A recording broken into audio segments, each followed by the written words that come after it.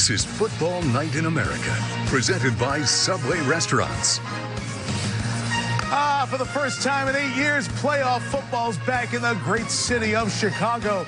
They're certainly ready to welcome its return with a nice January day as well. Sold out at Soldier Field, high in the 30s. Gusty winds will be there later on. The players are there along with the fans. Mitchell Trubisky, the second overall pick in 2017, makes his postseason debut up against Nick Foles.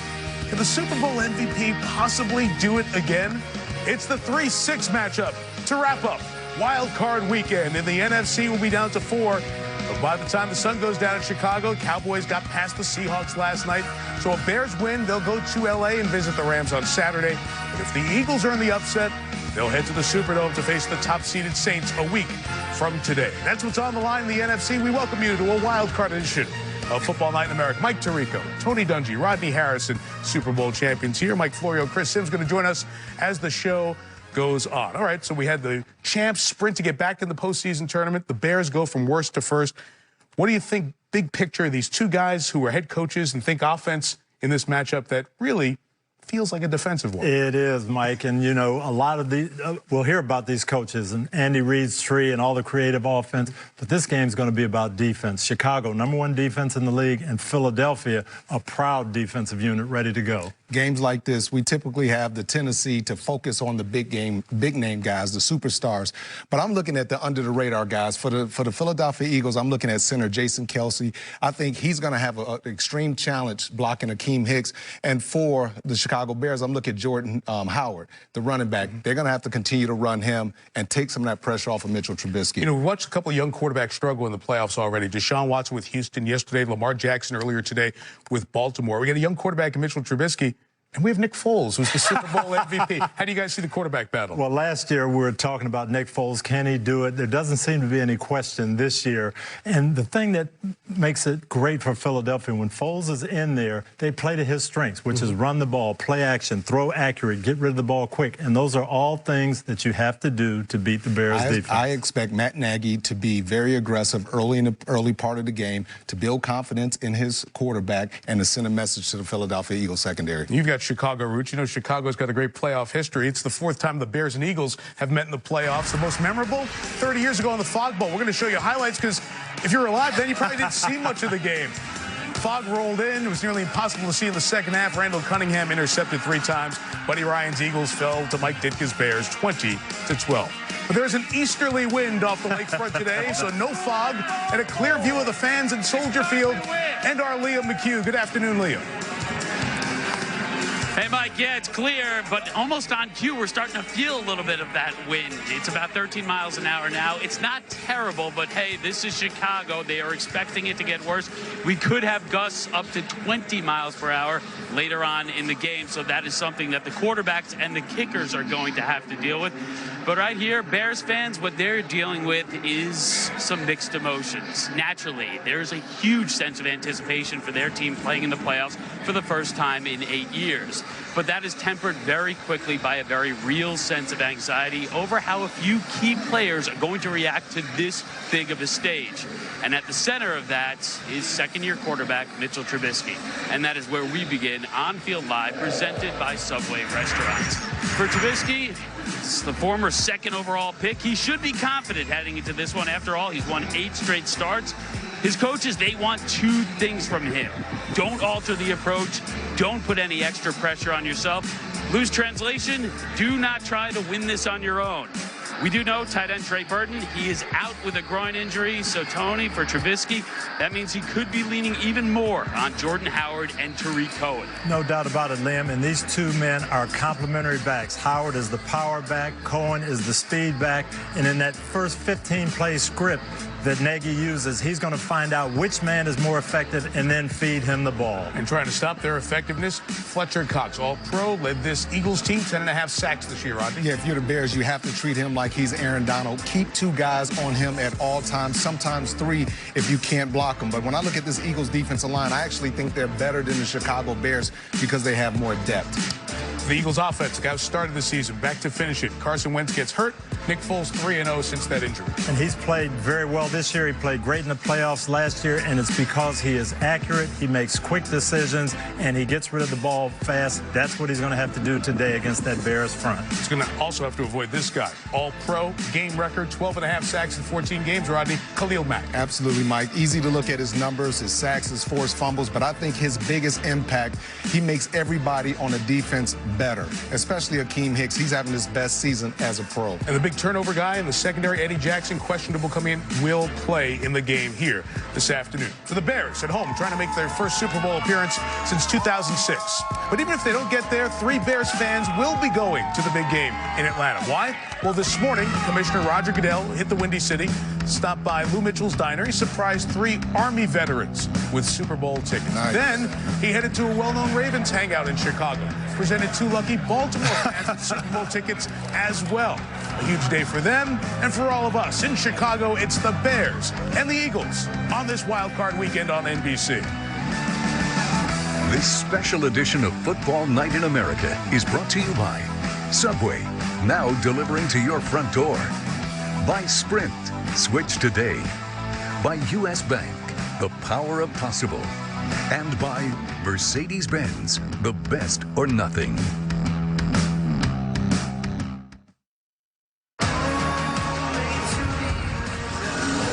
Playoff time in Chicago. We know it's special. Stick together, Dave. We earned this opportunity to be here.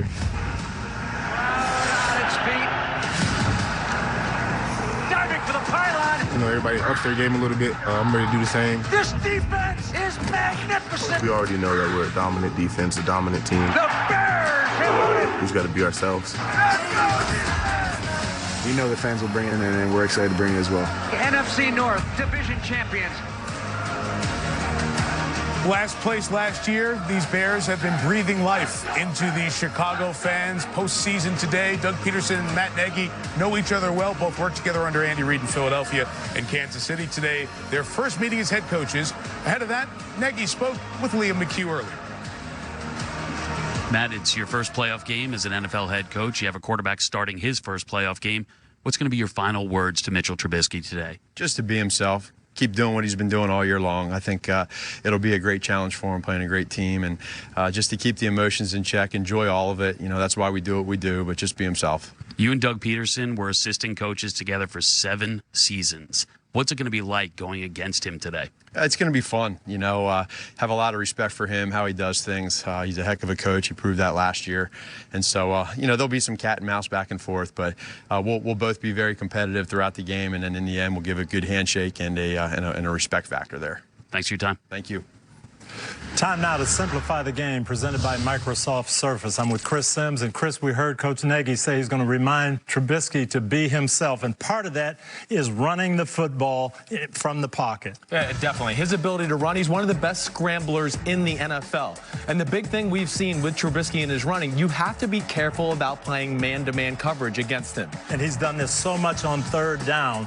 You see man coverage, and now there's going to be a running lane in here, and this is where he takes advantage of it. Yeah, exactly right. So dangerous. And I think the other point we need to make is the Eagles' defensive line's got to be extremely disciplined and keeping their gap integrity when they do rush Trubisky, because you see, when a lane opens up, I don't care who it is you got spying him, this guy can go make plays with his legs.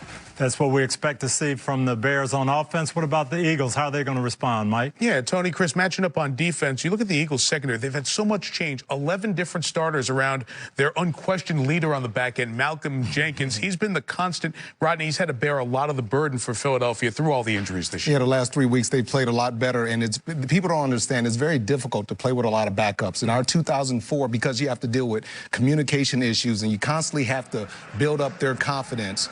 In 2004, we went on a Super Bowl run. I had to play with 3 backups, and it was very tough because you always have to deal with something with those young guys. But the big challenge tonight is making sure that he communicates well because of all these different formations that Matt Nagy brings out. Take care of yourself, take care of everybody else, too. Yep. And Malcolm Jenkins is the kind of guy who can do it. I want to bring in Mike Florio from Pro Football Talk. Mike, 8 openings for coaches in the NFL. It seems like everybody interviewed for every job this week. What's hot? What's going on right now? Remember last year when Patriots offensive coordinator Josh McDaniels left the Colts at the altar. We just assumed he was going to stay in New England until Bill Belichick retires and takes over there. Well, not so fast. This year, the Patriots, I'm told, are preparing for McDaniels to leave, with the Packers and the Browns being the two most viable opportunities for McDaniels this time around. So if he goes, who takes over for McDaniels? Keep an eye on USC offensive coordinator Cliff Kingsbury. He's only been there a month, and he's been blocked from interviewing for head coaching jobs. I'm told he may quit, pay a very low buyout, and go back and pursue NFL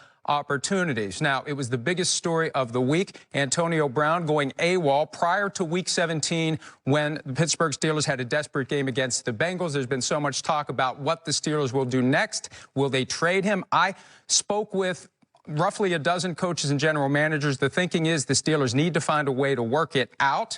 And if they get an offer they can't refuse, then maybe they consider moving on. Guys. Off-season and regular season of drama in Pittsburgh, to say the least. Mike, thank you.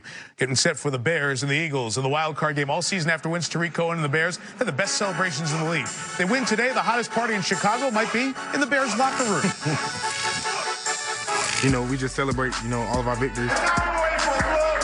In the NFL, every win is hard to get, so, you want to take advantage of those times you do get to win. Club Dub is lit. Like, we get after it. We really just go all out for a little bit in the locker room, just celebrating. I want everybody in here dancing, man. Nagy wanted us to appreciate every win. So you haven't caught your breath from the game, let alone Club Dub VIP section.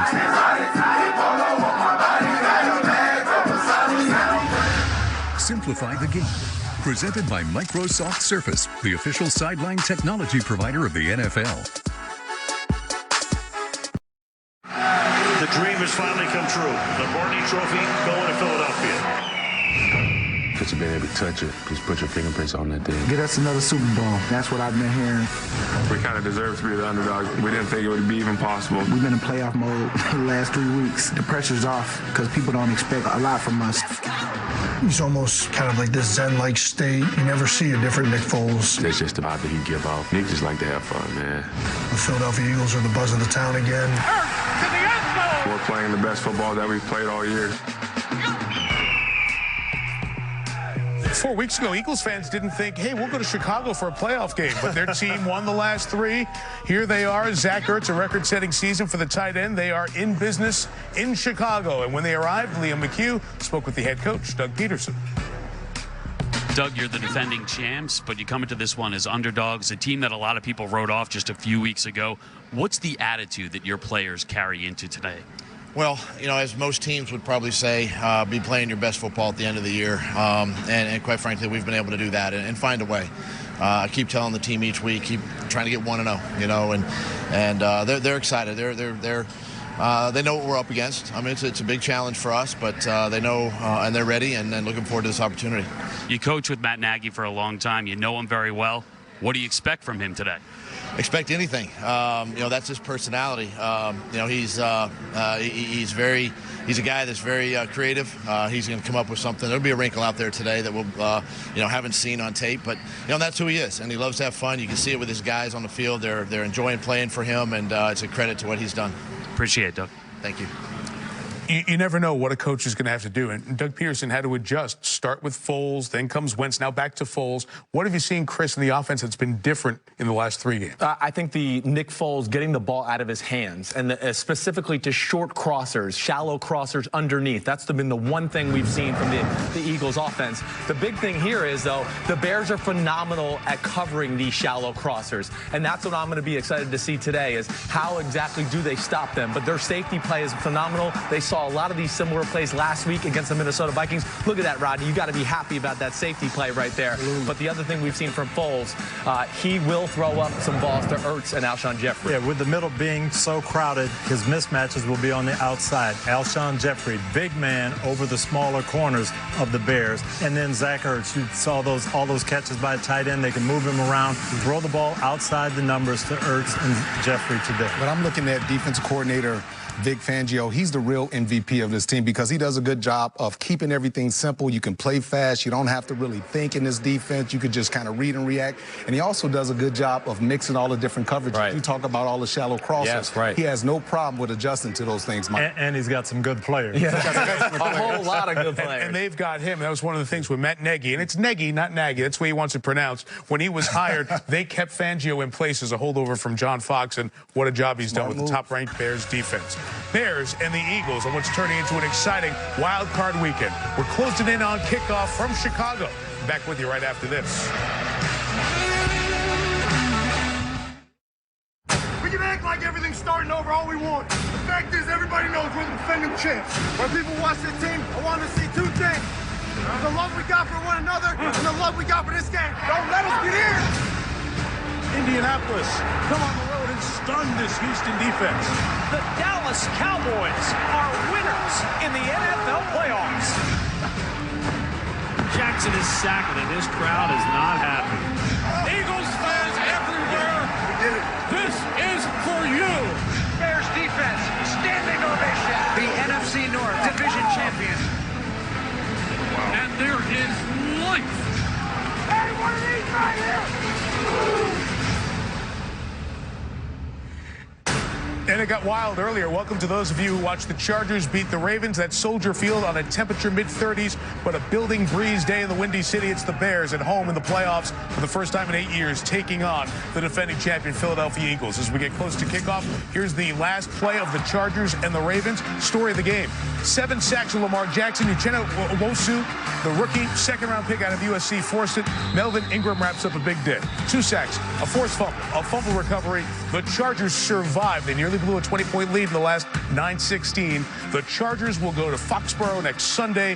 We'll be in Kansas City, 3 Eastern, 90-minute pregame ahead of the Colts, who looked good yesterday, taking on the Kansas City Chiefs. Tony, what'd you think of the Chargers win in Baltimore? Well, their defensive coordinator, Gus Bradley, saw this offense last month, and he had a tremendous game plan today.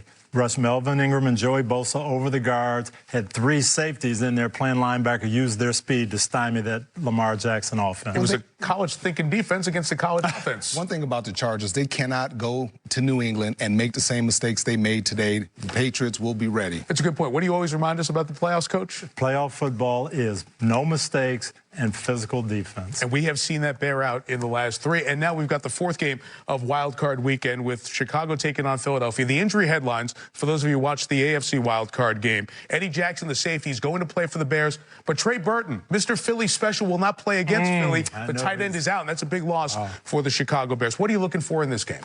Well, I think the Eagles won't be able to consistently run the football on the Chicago Bears. Dinking and dunking is fine, but they're going to have to take some shots down the field, and I think Nick Foles is going to have to win this game for them. Well, I think Foles will have to win the game, but again, as I said, his strengths really play into how you play against the Bears. He's accurate. He throws the ball quick. He doesn't hold it. That's going to help him today. But, you know, everybody talks about creative offense, being aggressive, attack, and all that. If I'm coaching today, both of these teams, I'm telling them, hey, we've got to make sure we don't let the other team's defense beat us. We can't get crazy, turn the ball over, be overly aggressive, because the defenses are the staples of these two teams. But if you're Matt Nagy, you have to play aggressive, and you have to be able to send a message. I expect him to be aggressive early. Send a message to the Philadelphia Eagles secondary, and also send a message to your quarterback that you trust him, that you're going to allow him to open up and take some shots down the field. So if you were Malcolm Jenkins, the veteran in that safety who's had a lot of players who've changed, 11 different starters in that secondary, you're expecting Nagy to come out early and be aggressive with Trubisky in his playoff debut? Against that offense, you have to expect everything, but the key for Malcolm is to make sure communication is on point and make sure that you're alert for, like, trick plays and trickery and things like that. Especially the first quarter. We know these West Coast offenses, that 15-play script, there's going to be a lot of moving parts. Just got to calm down and get through that and make sure your communication is Last good. point for me, Mike, is both of these coaches talk about being you and not changing what you do. What I'm looking for tonight is which coach is going to go back on that. Which coach is going to stick to what they do and not allow the playoff pressure to affect them. And you guys have lived it. You guys played involved in so many playoff games as you look at everyone behind the scenes, including Doug Peterson, who has seen the quarterback change here, yet led Philadelphia back with the opportunity to defend their title by winning their last 3 games. Time to pick today's winners. Brought to you by Subway Restaurants. Liam McHugh and I are going to try to turn around our luck from last week. I think at home the Chicago Bears will be the team to beat and will advance here in the playoffs. Liam still gets picks? Yes, he does, even at 6-11. And he's right there by my side. Mike Florio, Chris Sims, what do you think? Last year, I doubted Nick Foles 3 times and was wrong every time. I'm not going to be wrong that way this year. I like the Eagles. I doubt you all the time, okay? And I'm gonna doubt the Eagles in this one. This Bears defense is special, and I think Trubisky will make enough plays scrambling, guys, that the Bears pull it out. Rodney, you can't hold your pick back anymore. We need it. You know what? I really like the Eagles tonight, but I love the Chicago Bears, so I say the Chicago Bears are going to win, Mike. Well, I love defense, and the Bears have the best defense in football right now, but I've ridden Philadelphia all year. I think that their defense is going to show up today and make some plays. I'm taking the Eagles. And when the sun goes down, will we know that there's going to be a new champion in the NFL, and will the defending champs be part of the Final 8? Those are today's winners, brought to you by Subway Restaurants. And now we get you to Philadelphia, where the Eagles are taking it on the road. You're going to try to take a road back to the Super Bowl. Meantime, the Chicago Bears try to respond. They're back at home for a playoff game. It's been 8 years at iconic Soldier Field. Al Michaels, Chris Collinsworth, Michelle Tafoya ready to bring it to you. Will the Bears win at home on this wild card weekend? We'll see you at halftime. Enjoy the Bears and the Eagles and the playoffs here on NBC. This has been Football Night in America, presented by Subway Restaurants.